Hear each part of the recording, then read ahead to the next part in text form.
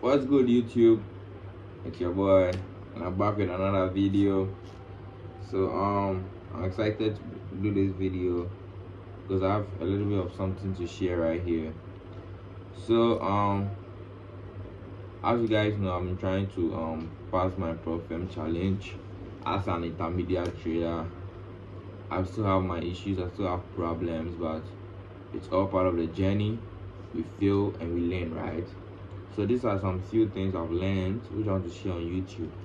So I don't know who will stumble across this video, but I believe when you're able to follow these few steps or recognize these few issues, you'll be able to improve in your trade drastically. Because I've seen it, I've journaled, I've reviewed, and I've seen patterns which are bringing my P&L down. So let's just get into it. So this is about 2 month, 3 months review, some of the data I had, and I believe this is the source. I've got a source right here, man. So the first is less is more. What I mean by less is more is trading less is actually more. Now I saw this review in one of the weeks I traded. I took only 3 trades and I was up about 6 or 7% compared to weeks I could take 6-7 trades and I'm only up 2%, 3%. You see, when you take countless trades, you are born to take trades which are not of high quality, so you just take any losses. Like you are able to bring in more losses than, okay, even if you win countless trades, the losses also cancel out your P&L. So less is more, in the sense that you have to understand that certain factors come into play into your edge. You have a system, you have an edge. So if that edge isn't there, why do you have to take trades? Sometimes you want to take trades, a lot of trades, or we are just bored. So when we are sitting down, we are like looking for things that create an edge for our meanwhile they are not edges, they are not there. Like, we in our mindset we create this illusion that our edge has played, so let's just hop into any kind of trades, which is really bad.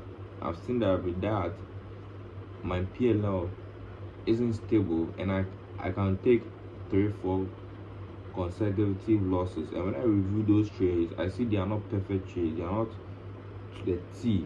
They don't follow my rules, they don't follow my system, because I'm just taking every trade I see, any setup in my head I believe it's A plus, but no, they are not.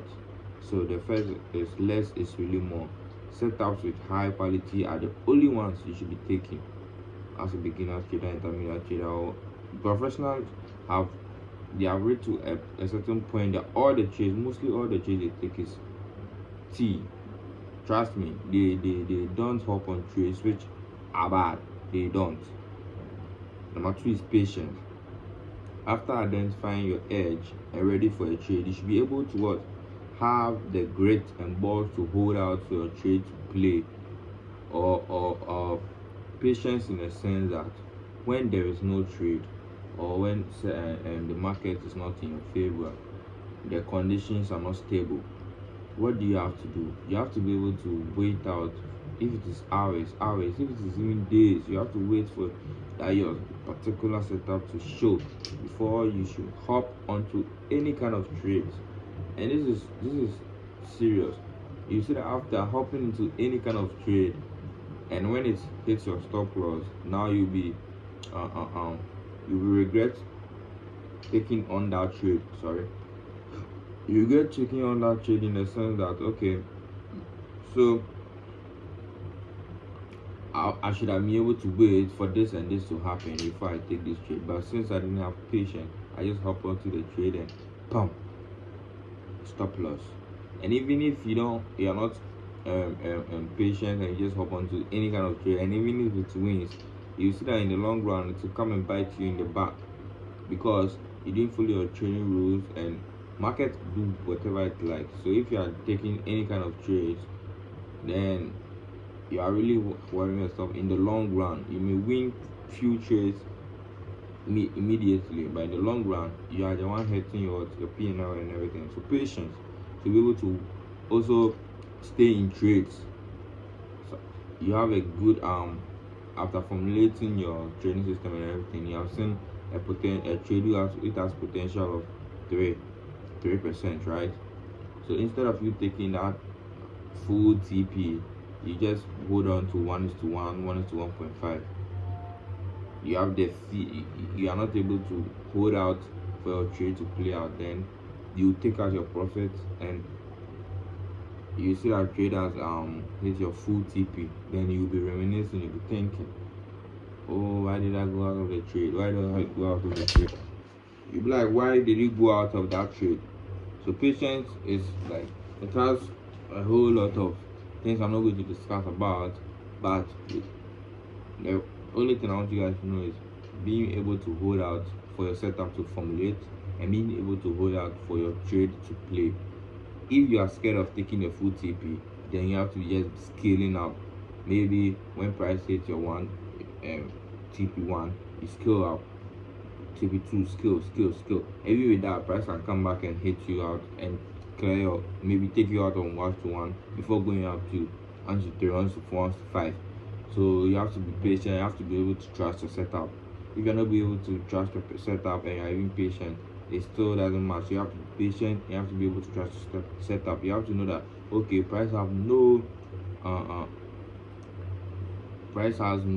reason to reverse, even though price can do anything like that. Your setup and your analysis will tell you that okay, price has potential of going to this level, this level. You have to be able to hold out. So that's number 2, right? Number 3 is similar, so just removing low quality setups. You have to identify what makes a quality setup. You have to identify what makes your what in all the trades I'm taking, what confluences come into play to give you that high quality setup, that win rate, your 40% win rate, your 50% win rate. What comes into it? What confluences come together to make that percentage that high for you? You have to be able to identify all those confluences, so you can be able to remove all the low quality setups. You just want to try if it works. No, it's trading, so you have to be able to take only A plus setups.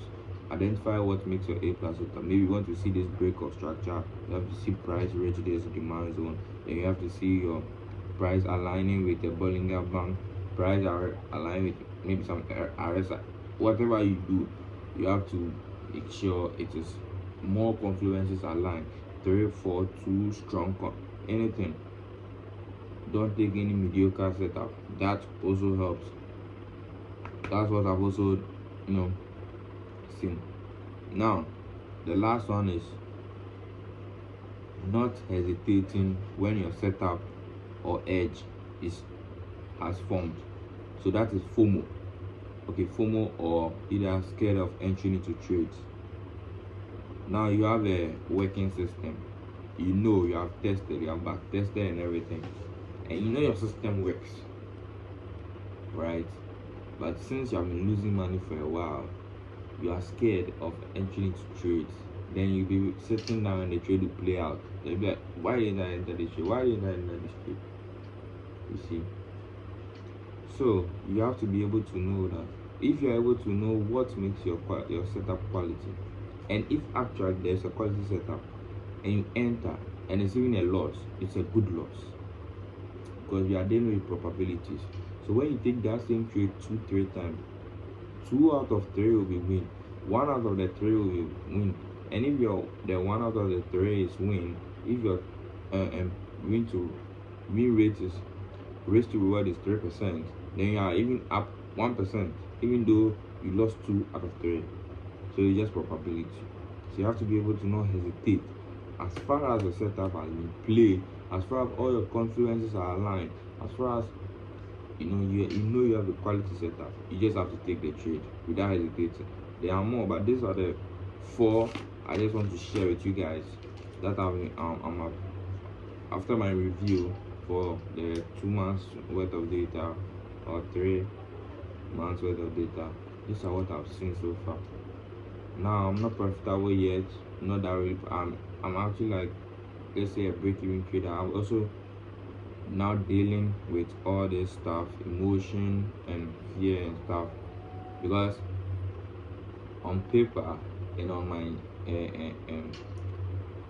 on paper and on my trading view or whatever, I'm able to make a lot of profits. But on the actual trades, I take out, I manage my risks poorly and everything. So I'm able to, I've identified a 6% trade, but actually on my account I made only 2% out of it, or 3%, or 1%, or even a loss because my entry was bad. So I'm kind of balancing in between a break-even trade or something like that. I know what is wrong, and I'm working on it. But it's not that easy. You think you are true with it, but when the market presents itself and you're actually in the trade, then you are lingering all over again. So it's just a step-by-step process, and we'll grab it. So when we grab it, then we will know what we know. I won't talk it. Anyways, so these are some of the key points I wanted to share. Thank you guys for watching. If you watched, leave a like, comment, share, subscribe, please subscribe. So catch you guys in the next video. Peace.